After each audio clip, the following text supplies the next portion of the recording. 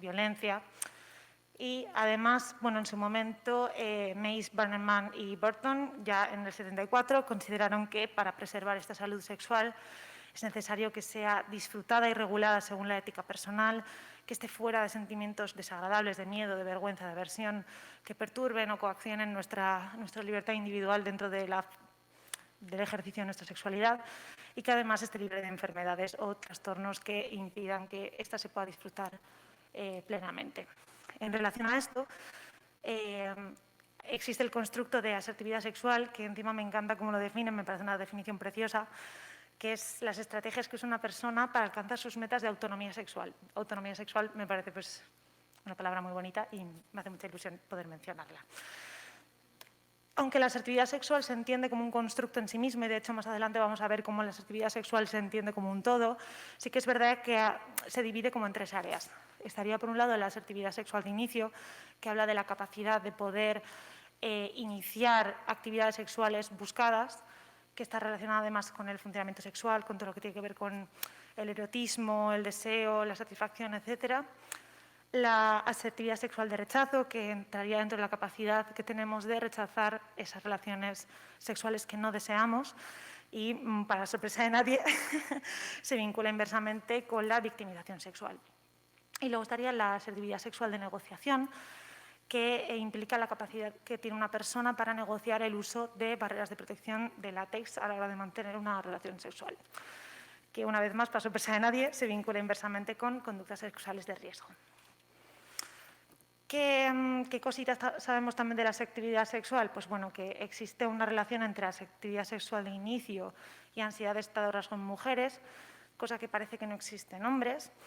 Y Bei Chen y Elise Barras parece que asocian estas diferencias a los roles de género, a cómo la adhesión a lo que se espera de nuestro propio género repercute en la forma en la cual experimentamos y jugamos con nuestra sexualidad, ¿no? Cómo nos relacionamos con nuestra propia sexualidad. Por esto yo dije, voy a meterme en un jardín y voy a explorar todo lo que se ha escrito acerca de la asertividad sexual y cómo se relaciona con aspectos relacionados con la salud mental, cómo se relaciona la asertividad sexual con aspectos de la salud sexual, cómo la asertividad sexual actúa o no como mediadora en las relaciones de pareja y si hay diferencias o similitudes y si las hay, en qué ámbitos entre hombres y mujeres. Entonces, pues bueno, yo he hablado de que es una revisión sistemática y cualquier metodólogo que me vea le voy a caer un poquito mal, pero bueno, tiene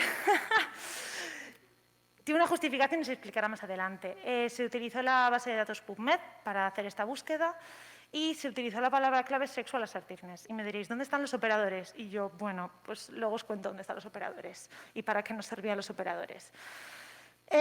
Aceptamos artículos que estuvieran relacionados con los objetivos, es decir, que se relacionara la asertividad sexual con la salud mental, psicosexual, que hubiera diferencias entre hombres y mujeres y que hablara sobre cómo se relaciona con las dinámicas en una relación de pareja, que fueran redactados a partir del año 2012, que fueran artículos relativamente recientes, obviamente que tuvieran como muestra población humana.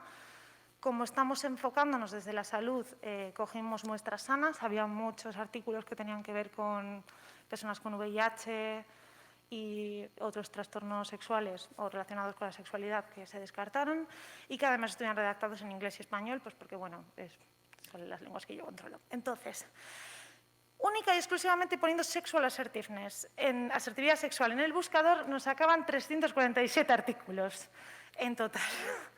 Entonces, ¿dónde está la obsesión por el sexo que yo la vea? Una vez aplicamos el filtro de años, nos sacamos en 73, en total se revisaron 14 artículos. Entonces, pues bueno, a ver qué nos dicen estos artículos.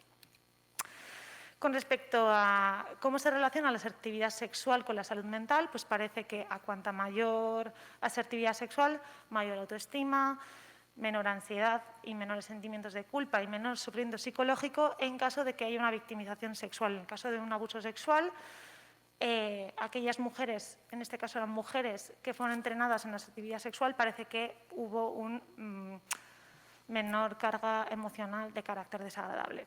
Además, está asociada afecto positivo en mujeres y había una correlación inversa entre la depresión y el uso del preservativo. En este caso, además, se veía que la asertividad sexual actuaba como un elemento regulador. O sea, ya no era solamente que a menor depresión, mayor uso del preservativo, sino que actuaba como vehículo protector, por decirlo de alguna forma. Con respecto a la salud psicosexual, aquí encontré que se establecían relaciones con la asertividad sexual per se, como constructo, como hemos mencionado antes, pero había otros que lo relacionaban con diferentes elementos de la asertividad sexual. Entonces, con respecto a la asertividad sexual de inicio, parecía que había una relación positiva con la satisfacción sexual, con mayores fantasías, mayor excitación, mayor erotofilia. Erotofilia es el constructo que habla de una relación positiva con la propia sexualidad. Había una mayor preocupación sexual, había mayor asertividad sexual de negociación, autoestima sexual, funcionamiento sexual, sabemos leer. Con la asertividad sexual de rechazo, lo que ocurría era que había una menor erotofilia, menor relación positiva con la propia sexualidad y como ya salía en la bibliografía, pues bueno, actúa correlaciona de forma negativa con contacto sexual no deseado, coacción, abuso en la infancia, victimización, etcétera. Parecía que a cuanta menor asertividad sexual de rechazo y mayor asertividad sexual de inicio, mayor funcionamiento sexual, fantasías sexuales y erotofilia. ¿Por qué está subrayado? Bueno, es algo que quiero trabajar en la discusión, pero me llama la atención cómo en algunos artículos se habla de la asertividad sexual como un constructo en sí mismo, cuando vemos que diferentes dimensiones dentro de la asertividad sexual tienen interacciones que son contradictorias entre sí. Con respecto a la asertividad sexual de negociación, pues había una correlación inversa con la preocupación sexual y con la autoestima sexual, una correlación positiva con la asertividad sexual de rechazo y con la erotofilia. Y cuando se entendía la asertividad sexual como un constructo, sin separarla, pues había una relación positiva con las barreras de Lattes, predictor de erotofilia y alta satisfacción, relación con funcionamiento sexual y satisfacción sexual, y es un factor protector en el caso de agresiones. ¿Qué pasa? ¿Cómo juega la asertividad sexual dentro de las dinámicas afectivas? Pues parece que a cuanta mayor asertividad sexual hay una mayor confianza y mayor satisfacción con la pareja. Es además, otra vez, previene el abuso físico en la pareja. Hay una mayor excitación sexual, tenemos más capacidad para regular lo que queremos, lo que no queremos, cómo lo pedimos, cómo lo cambiamos, cómo lo rechazamos. Y todo esto aumenta el deseo, la erotofilia, la actitud positiva. Había uno de los artículos que hablaba de que si en ambas partes de la pareja, obviamente aquí estamos hablando de parejas monógamas, obviamente, si en ambas partes de la pareja parecía que había una alta asertividad, el uso del preservativo disminuía. Vale, ¿por qué pasaba esto? La asertividad sexual se estaba midiendo no de forma sistematizada, no se estaba utilizando un test, era una escala observacional. Entonces, ¿qué pasaba? La forma de entender el constructo de asertividad sexual no era muy válido. Entonces, los autores aquí hablaban de que quizás se estaba confundiendo lo que era la asertividad con la persuasión. Además de esto, pues lo que se observó es que las mujeres puntuaban más alto en asertividad sexual de rechazo, además eran más sumisas y había una relación entre la asertividad sexual de rechazo y la adhesión a los roles de género femeninos. En este caso, especialmente, estaba asociado con la deferencia y con la pulcritud. Parecía que eran más, pues bueno, parecía que estaban más condicionadas a aceptar los deseos de la pareja, en este caso masculina, en el caso de este artículo. Y, bueno, los hombres, una mayor asertividad sexual de inicio, por lo tanto, mayor deseo sexual, mayor excitación, mayor capacidad de orgasmo, había mayor deseo en solitario, erotofilias y, en general, una actitud positiva hacia la sexualidad. Vale. Antes de tirarme a hablar sobre las conclusiones, creo que es importante hablar de las limitaciones, porque arrojar conclusiones con respecto a lo que se ha observado es bastante controvertido. Por un lado, para realizar este trabajo hubo un tiempo insuficiente. A mí me está gustando mucho poder resignificar este trabajo, porque esto formó parte de mi trabajo de fin de máster y tuve 2 semanas para hacerlo. Entonces, pues bueno, seguramente con mayor tiempo habría habido una mayor literatura que hubiera permitido arrojar otras conclusiones diferentes. Además de esto, las muestras no son en absoluto generalizables. La mayoría de la muestra estaba compuesta por mujeres, mujeres blancas, mujeres universitarias y mujeres generalmente heterosexuales. Además de esto, los autores hablaban de que era una debilidad dentro de los resultados el hecho de que la recogida de información fuera a través de cuestionarios. Generalmente se observaban dinámicas grupales, se corregían cuestionarios o se hacían entrevistas. Y todos los autores coincidían en que era necesaria una recogida mixta de información. Y bueno, por otra parte, lo que sucedía era que si bien se hablaba o se recogía la asertividad sexual, esta no estaba bien configurada, no había una definición específica de lo que era la asertividad sexual, lo cual dificultaba mucho, ¿no? El saber, vale, estamos midiendo lo que realmente estamos queriendo medir. Así que bueno, en base a los objetivos se puede concluir con pincitas siempre que bueno, la asertividad sexual de rechazo, el entrenar en la capacidad de negarse a relaciones no buscadas, tiene un impacto positivo en la salud mental. Esto abre una vía a que personas victimizadas sexualmente pueden verse beneficiadas de un entrenamiento en asertividad sexual de rechazo. Además de esto, tiene un aspecto positivo en la salud psicosexual. Sin embargo, hay resultados contradictorios al respecto, ¿no? También se habla de cómo una asertividad sexual de rechazo demasiado alta puede afectar negativamente la salud. Por lo tanto, es importante que se profundice en estudiar los efectos de la asertividad sexual en sus diferentes componentes. Parece que tiene un efecto muy positivo en las relaciones de pareja. Y los autores hablan de que las diferencias encontradas entre hombres y mujeres puede verse relacionada a una adhesión a los roles tradicionales de género femenino y masculino. Sin embargo, los estudios son muy escasos, se profundiza muy poco en lo que es el impacto de la salud mental y, bueno, para poder replicar, generalizar y seguir profundizando en este terreno que es un poco árido y es un poco escaso, hace falta establecer unos parámetros sólidos, generalizables y, por supuesto, replicables. Y nada, pues muchísimas gracias.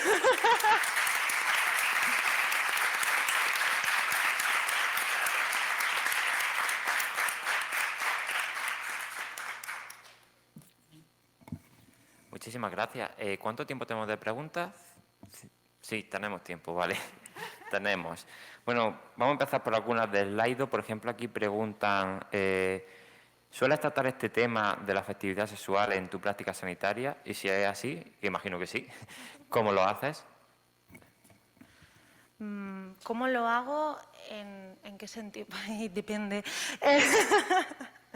A ver, al final es eso, la sexualidad se abarca desde la identidad, desde la búsqueda o no de relaciones sexuales, entonces obviamente la sexualidad está muy presente siempre en mi práctica profesional y dependiendo del colectivo con el que esté trabajando, yo trabajo con personas adultas, pero también trabajo con adolescentes y yo siempre soy muy directa, tengo muy pocos tabúes al respecto y en general tengo una mentalidad muy abierta al respecto, entonces yo creo que cuanto más te adaptas al nivel de la otra persona y más preguntas con curiosidad y con naturalidad, es más fácil. Yo creo que siempre es desde la pregunta y desde la curiosidad, que es una cosa de la que siempre nos hablan.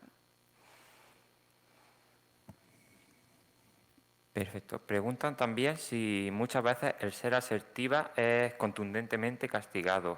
Si ha encontrado alguna cosa respecto a este tema y sus consecuencias con la asertividad sexual. O bueno, quizás desde tu experiencia clínica, si has visto algún caso así con estas características.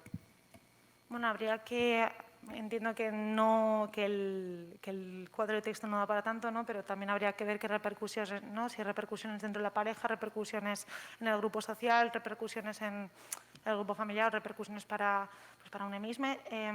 Lo que sí que llegué a ver en la literatura es, en el caso de las mujeres, describían el hecho de haber podido rechazar un encuentro sexual no deseado, lo habían encontrado empoderante. E incluso el saber que el gritar y huir era una opción, lo encontraban empoderante. ¿Alguna pregunta aquí en el público?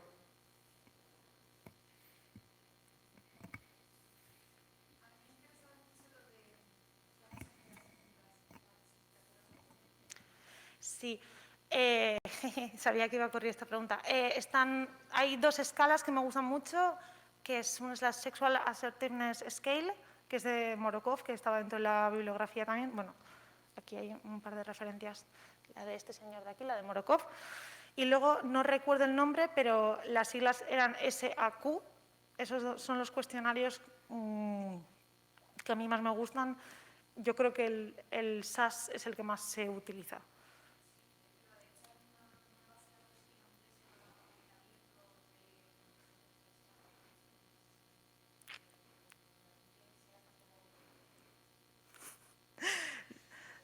Luego, si quieres poner el micro, te cuento cositas. Ya para acabar, preguntan si hay diferencia respecto a la edad en la asertividad sexual, entiendo. Pues yo no vi absolutamente nada al respecto, la verdad. Porque es lo que comentaba, o sea, la gran muestra eran mujeres jóvenes. Se medía en edad universitaria sobre todo. Yo creo que habría un artículo que tendría como una media de edad de 40 años, pero la mayoría, la media de edad estaba entre los 21 y 22. Entonces, claro, es muy difícil extraer diferencias. Pues muchísimas gracias. Un aplauso para Yargi. Ah, por ahí había una pregunta, vale.